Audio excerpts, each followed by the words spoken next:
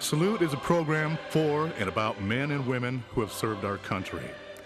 Our program includes news about the laws that affect veterans, information on benefits and services, and news from veterans organizations. And now, our host, Bob Peters. Hello and welcome to Salute. I'm your host, Bob Peters, and with me is Full Bird Colonel Scott Smith. Welcome to the show. Hi, thank you. For those who have not seen Mr. Smith before, Colonel Smith was one of those on the committee for the Welcome Home Vietnam Veterans on Armed Forces Day in Traverse. Mm-hmm. Excellent job you guys did. Guest speaker was fantastic. Yeah. I've said that before and I'll say it again. And you got to be the guy in charge of the parade. Is it? I did. I felt very fortunate enough that I got that opportunity. Next time I'll sit down instead of stand up. But it really turned out very successful. And the people, the participants of the parade, I thought did a wonderful job. We had good people along the side as the parade went down, and everything seemed very positive about that. Yeah, and the captain... Captain Plum is just exceptional. You guys could have charged money to see him, I think. Well, really. We probably needed to because we're broke. Uh-huh. We're about $2,500 short right now of paying all the bills. So if somebody wants to help you out. We're readily available with Post Office Box 1761 in Mount Dora, Florida. Will get us any money you care to give us because we're still short a few bucks. But if we didn't do that, we got so much reward of talking to the Vietnam vets, and those of us that were in the Vietnam veteran areas. I went on active duty in 1964, retired in 91. I did not go to Vietnam on a permanent basis. I went there on a temporary basis, at least once a year for 4 years. Usually would spend about 2 to 3 weeks inside Vietnam. One of my jobs as a budget analyst was, and I didn't know all of this when I was doing it until later on, is looking and testing new weapons like the laser-guided weapons that we now have and use, the ones that are TV guided. I had the clearances that I was able to assist on the financial side and make sure they had the money to make these tests. That was one of the reasons I went to Vietnam. The other was, how can we help you type thing on a staff assistance visit. And I was there, let's say, once every year and 2 to 3 weeks at a time. So they canceled my orders. Now, people will love this. They canceled my orders for Tan Son Nhut Air Force Base, the 834th Air Division, and they sent me to headquarters PACAF in Honolulu, Hawaii. So I don't have all the ribbons that they have, but I sure spent my time in Vietnam and supported it, and that was my job. Well, I want to thank you again as a veteran for what you guys did on that parade.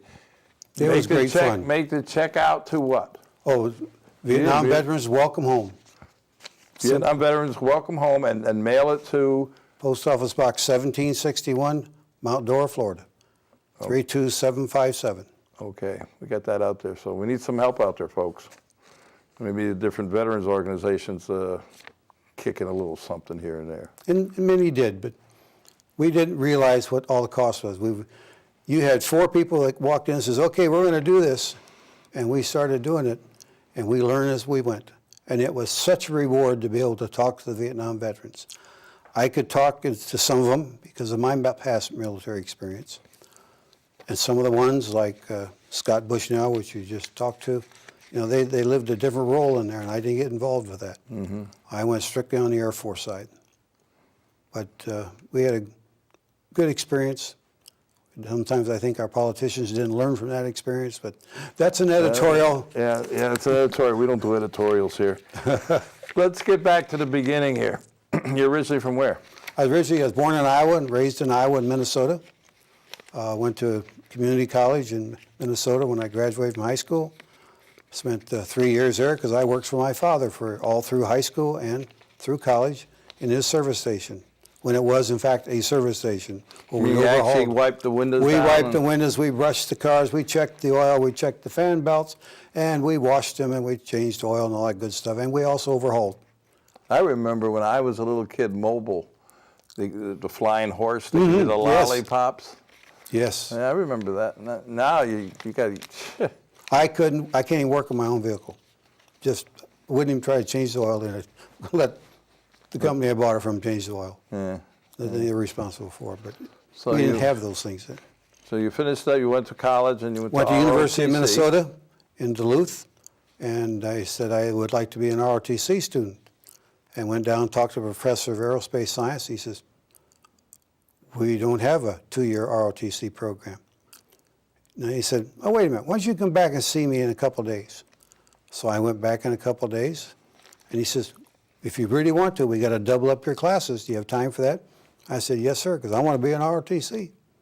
So I went through ROTC. I even did a summer session of ROTC so I could get under contract, is what they called. After I got on active duty, I found out that I was one of the test cases for 2 years ROTC program that subsequently came on board. I was commissioned at Lincoln Air Force Base just before it closed in July of 1964 and went on active duty in August of 64. That ROTC program opens up a lot of doors for people, doesn't it? It's a great program. It is a wonderful program, and today the scholarships that go with it, putting us under contract, we went under scholarships at that time, so that was a positive. Yeah, I've had several of the young students on here, and along with their instructors, and you know, it's a great avenue. Well, it teaches them that there is structure in our lives. It teaches them that you got to be a team player, and that I see as one of the most important things as we go through life. You got to be a team player where you are. If not, you need to change your environment. That's true. That's true. So you got out of the graduated college, and you became a 90-day wonder. I did. I could say that now Yes, you because can say I'm not in the service anymore. I was a typical butter bar, and I mean, I was inexperienced. My title was management analyst at Castle Air Force Base in California, and I was lucky I knew how to put on my uniform properly. But fortunately, God takes care of us fools. He gave me a master sergeant by the name of John E. Jouse, and John E. Jouse taught me things that I used for the rest of my Air Force career. And he was a great help, helping one, grow up, 2, to be an officer, and 3, just some of the things that we face in life later on, situations. I can go back and say, did John and I have that conversation? Sometimes we'd had it. So it was a great experience. So now you're this lieutenant.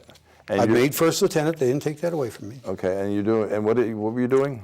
This term was called management analysis. Basically what we did is we charted in numbers the performance of the aircraft, individual aircrafts. We had B-52s and KC-135 tankers. We charted the support that the supply was doing for them, if they were getting their parts to them on a proper time, if they were moving things. We looked at the civil engineers, and at that time, Strategic Air Command was our major command. SAC, we were SAC trained killers. So I am definitely SAC-sized. But with that said, they had a program. 4 years to check. SAC myself, you know. They just had a program that you charted different things, and that was our primary job. The second thing we did, which was the most fun for me, was we did staff studies for the wing commander. Wing commander says, I'm having problems down here. You go down and see what the problem is. Now, that was kind of like being an auditor or an inspector. And other times you were accepted, and other times it was kind of hostile. But you still were able to get to the information and help the commander do his job. And those were a lot of fun doing. It just took a lot of time. But I learned a lot about the United States Air Force by doing that and how things worked on a base. So I could take that with the rest of my assignments. And you did 27 years. Yeah, Almost. 27 years. And how many different places? I was at Castle, Omaha, headquarters SAC, Michigan State, because the Air Force sent me back for my master's degree, headquarters Pacific Air Command, back to headquarters SAC, Goose Bay, Canada, Mountain Home, Idaho, Randolph Air Force Base, Texas, Goodfellow Air Force Base, Texas, Wiesbaden. I finally got 20 years in and was selected for colonel and couldn't fight it. I got sent back to the Pentagon. Hence, I have my badge, where I work for the Secretary of Defense and his Inspector General. And my last assignment was at Spangdahlem, Germany. Probably one of the best assignments I had. Really thoroughly enjoyed it. All my experiences were put to test because we got ready for Desert Storm. Oh, so you were in around Desert Storm. Oh, yes. I sent my deputy down to Bahrain And then we had a flying unit out of Bahrain, out of Incirlik, Turkey, and we were supporting our flying units. And we had people at 23 different locations. Met every single payroll, which I was always proud of, but we got our material down there. The training that I had received throughout my Air Force career was absolutely essential in getting down there. We were filling out airplanes. In just a couple short sentences, we moved 13.5 million pounds of cargo on 110 different airplanes. Everything from C-9s, C-130s, C-141s, C-5s, and every once in a while we put a C-10 in there where we could put material out. Then we sent stuff down by ship as well. But the hardest thing during the wintertime is you load out a C-5 and you put 5 fire trucks on there, and that's all you can get on there because the gross weight of takeoff is only 800,000 pounds. And we would gross it out.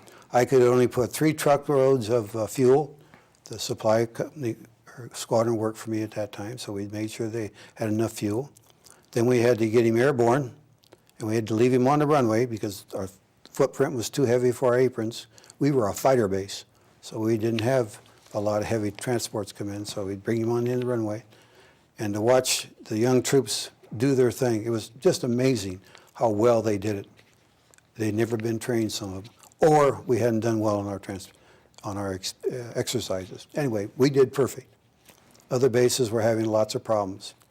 And sometimes we would have a little difference of opinion with our folks down in headquarters, Europe, and we would call them up, and sometimes I used language that I would not use on your show, and ask them if they'd at least get their head out and give us our airplanes or do whatever we need to do. And we did that about 2 o'clock in the morning, and I finally went up and said, probably shouldn't have said all those things that I said. So I went up to my boss, who was also working, he's the wing commander, and I said, I think I just upset a few people at our folks down in USAFE. How was that? Ring, ring, ring, ring, ring goes the telephone. He picks it up, and he's on the line. He's a 2-star general. Uh-oh. Our director of logistics for USAFE. And my boss says, well, just a minute. I'll let you talk to the colonel who said all those things. And this is when you do okay, General, identified myself. I said, this is what we have. This is what we need, and I don't need your staff telling me how to run my business up here. I think if you look at our base, everything has gone out here perfect, on time, with the right materials, and we got our airplanes launched. I don't need the extra help. If I need help, I know who to call. You know, Wow. Well, you know, at 2 o'clock in the morning, you're tired. Good thing you're not It's an really airman cold, now. And I knew that I wasn't going to make a star. I mean, Yeah. I already knew that. So I'm not enough of a politician, you just found out. But I went back to my command post and called my folks and say, okay, how are we doing? And the telephone rings, and I pick it up, and it's one of my fellow colonels down at USAFE. And the first thing he said is, I will not say what he said the first thing. And I said, all I want from you is to do what I tell you to do. Well, that's what the general said we had to do. Good. This is what I need.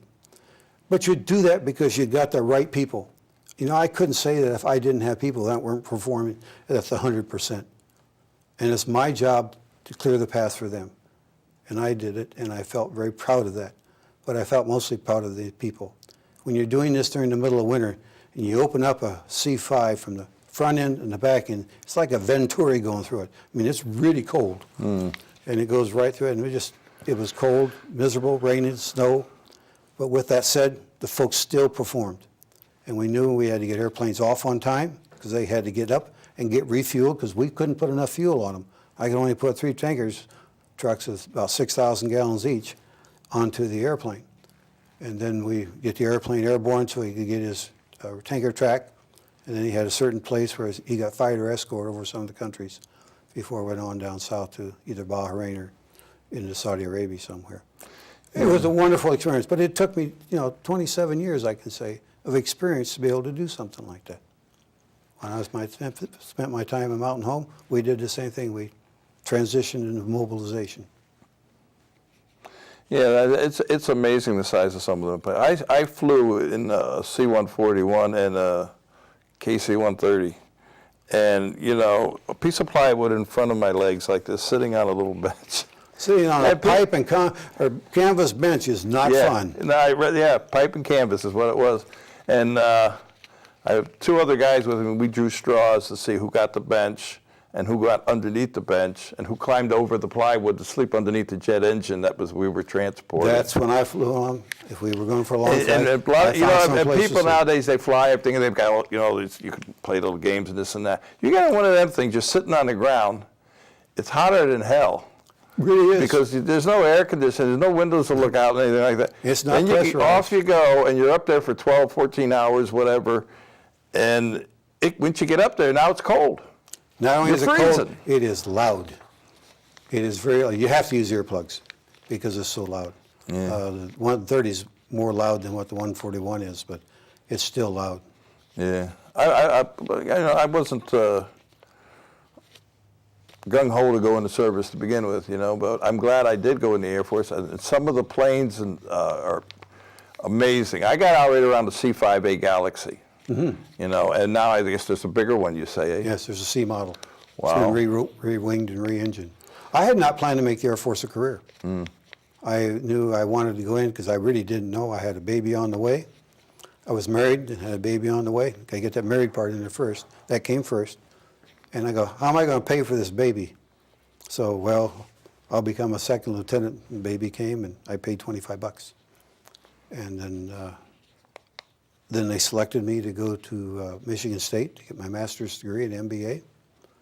And when you get those times of days, they say, the Air Force says, now you owe us this much more time. Well, by the time I got through owing them that much time, I had 8 years in. And that's halfway through a 20-year career. Almost. Almost. But I enjoyed doing what I did. I would bounce between a major command and a base.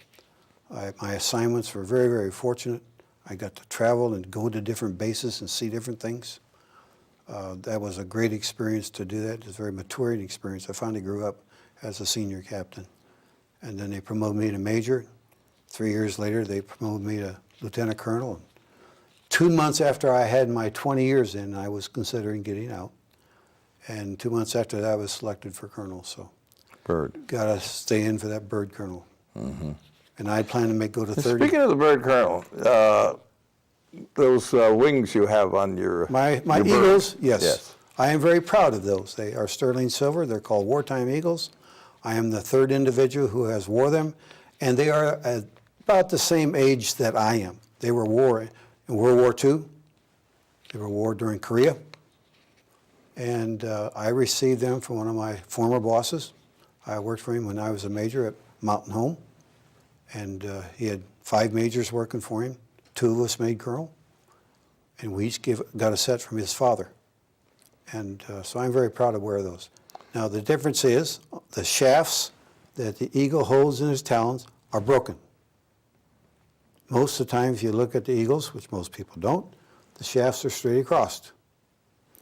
And in this case, they're broken to say that they're wartime eagles. And probably since I went on active duty in '64, we've been at war somewhere.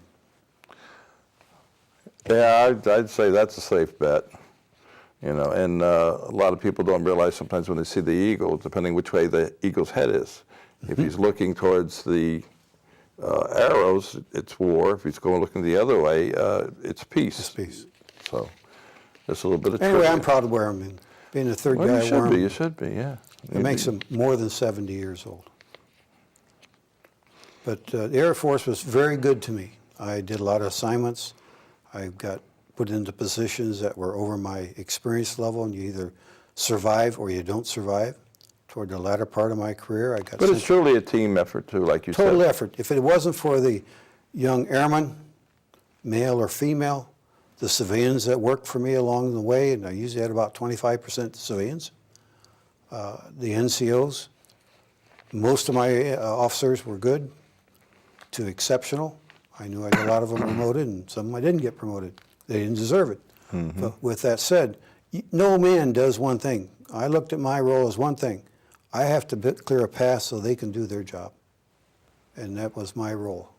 And sometimes I'm not very tactful, but I survived it. I was given jobs 2 weeks after I got to Spangdahlem. The IG came in, and they gave us a marginal in my organization. And I don't get credit for that, or the blame. My predecessor did. And then I get the credit if we straighten it out. We did the same thing at Goodfellow Air Force Base. I'd been there roughly a week and a half when the IG came in, and we got, in some cases, less than marginal. And we had a few weeks to train that and get that moving and straighten it out. But when that happens, you get an awful lot of support. I don't want that person to send me somebody else that's more experienced. But again, you're using people to get the job done. And that's where the fun of it is too. It's nothing more fun than in the middle of the night in Spangdahlem, Germany, to drive into where my supply folks are. Because we had 3 squadrons, so we got 5 organizations that are working 24 hours a day. 3 of them with parts, 2 of them with fuel and oxygen. They'll walk in there and they don't know what to do when the old colonel, the old man walks in. And it's fun because they will tell you things that their bosses don't want you to hear. But the neat thing is you get to go down and you get to reward them. And that's what I learned I had to do. You got to go out and talk to the troops. Yeah, you as a career officer, you had to be taken back a little bit by Mr. Captain Plummer with his remark about who packs your parachute. He did such a beautiful job of that. For people who did not see attend that speech that he gave, I'll tell you, when he talked about who packs your parachute, and being that he met the guy who actually packed his parachute, and how important that guy was, because if it wasn't done right, he would never have been in the prisoner of war camp. That's why he'd been dead. The chute would not have opened. Yeah, but you do that in almost any function. if you put that to your life, though, and you think about it, you know, nobody here is by themselves. It's always somebody else that's going to help you along the way, and who packs your parachute? You know what I'm saying? I thought that was tremendous. But anyway, you have some photos that I'd like you to show us. I'm going to start with the one that's probably the most important to me, and that's me at my retirement party with a beautiful young lady. And when I retired, she lived in Eustis, Florida, which I had no idea where Eustis, Florida was. You do now. I do now.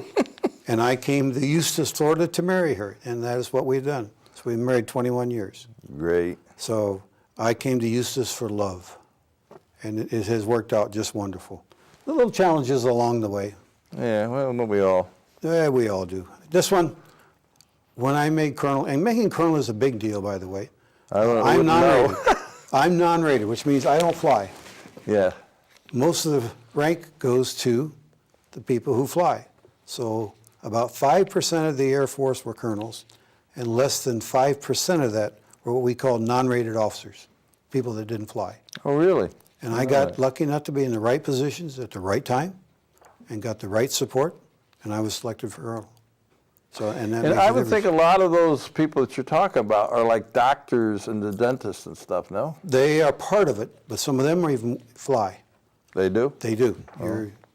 You're usually the chief doctor on the base, your hospital commander, is also on flying status. He probably makes more money than anybody else on the base because of his doctor pay, his flying status, and he usually is for a full colonel. But this is where I was gone on an investigation trip when the Eagle list came out. And when I got back, my folks called me down and said, we got to make sure your Eagles are on. So they made these great big Eagles out of cardboard and aluminum foil and pinned them on me, stapled them on me. Anyway, it was fun, but that's because you got good troops. Yeah. And I know when they did things like that, I was doing the right thing for them. And that was one of my prime concerns is, am I doing the right things for my folks? And one of the last ones I'll pop up here, which you probably can't see real well, I'm being interviewed. We just had an exercise on a disaster with the city of San Angelo, Texas. Between our base, their fire departments, their hospital, their emergency corps, we had a simulated crash of a passenger airplane. And by getting everybody involved, we got to see what we would have to do if this actually happened. that exercise helped me do my job in Spangdahlem when Desert Storm came along, because I learned how to do some of the things and who had to be where when. And so I enjoyed that exercise, tremendous amount of work getting ready for it. But like our parade, it turned out very successfully. Yes, it did. Yes, it did. And as I was standing on that float with my Korean veterans and my fellow Vietnam veterans, some of them and their spouses, truly, to look out and see people holding signs saying "Welcome home" was really moving. It was very moving. It was very, very moving. So we had so many stories told to us as we went through and putting this together. It just brought tears to your eyes. yeah. But some of them said, I think I can talk to my family about it now. That's when we knew the reward was there. Yeah, and I think the parade helped, and especially listening to Captain Plummer, because I think he related to people who, and I know some people that were probably in that audience who have post-traumatic stress syndrome, and when he talked, you could understand it, and it's, he said, I never was a prisoner. I mean, it was in a small cell, 8 by 8, but the battle of the prisoner, it was in 8 inches. It's between my 2 ears. Wonderful if you analogy. could control that, you'll never be a prisoner. And I was like, oh, wow. I had the privilege of working with one POW. His name was Colonel Tom Norris. He was the Director of Finance for Air Training Command. And he also presented programs where he would bring in his shoes and his pajamas and what they put him in and present that to. And I must tell this story if I can real quickly. Brought him up to our Goodfellow, which Tom would do for us. And for all the young officers, we opened it up. And they wanted to hear his story. And so he has I won't say it's a canned speech, because every time I've heard it, it's a little bit different. And he got through and says, "Are there any questions?" And one of my young lieutenants, I just shudder when I think of it. He says, "How did it affect your sex life?" Only a lieutenant would come up with that. And Tom answered it just wonderfully. He says, "Well, I have 2 daughters." And he just let it drop after that. Yeah, But, yeah. that was the type of guy he was, much the same personality that Charlie Plum was. Yeah. They don't bounce around. They don't worry about the Mickey Mouse. They get right to the point. Yeah. That's what he did. Moving off the parade, you do a lot of other stuff, helping out with the yeah. homeless, feeding the homeless and everything. When I came here this morning, we were feeding the people who need food. We call them the needy at our church at First Presbyterian in Eustis. And then we pack lunches for them so that they can take with them. All the materials we use to pack the lunch, and here's my plug, came from 7-Eleven. They give us all their materials that that's they great. can't use. So That's great. we get it from 5 different locations, donuts and things like this. We get sandwiches. So when they don't need them or they're getting close to time, they give them to us, and we can put them in bags and send them out to the folks. Well, listen, Colonel, I hate to say this, I'm out of time. All right. But I understand. I want to thank you for working on that parade. What you do, still making a difference, and that's what life's about. It is. And I will keep in touch, I hope. We always got to be involved. All right, take care. So to all our veterans out there, active military, and their families, we salute you for all you do. Till next time. Now we sit.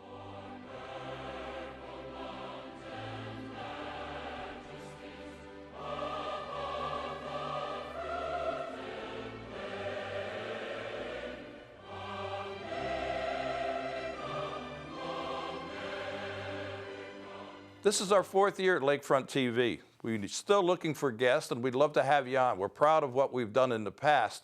So give us a call at 352-728-9707 and check us out on the internet at lakefronttv.com. Spread the word and enjoy the show.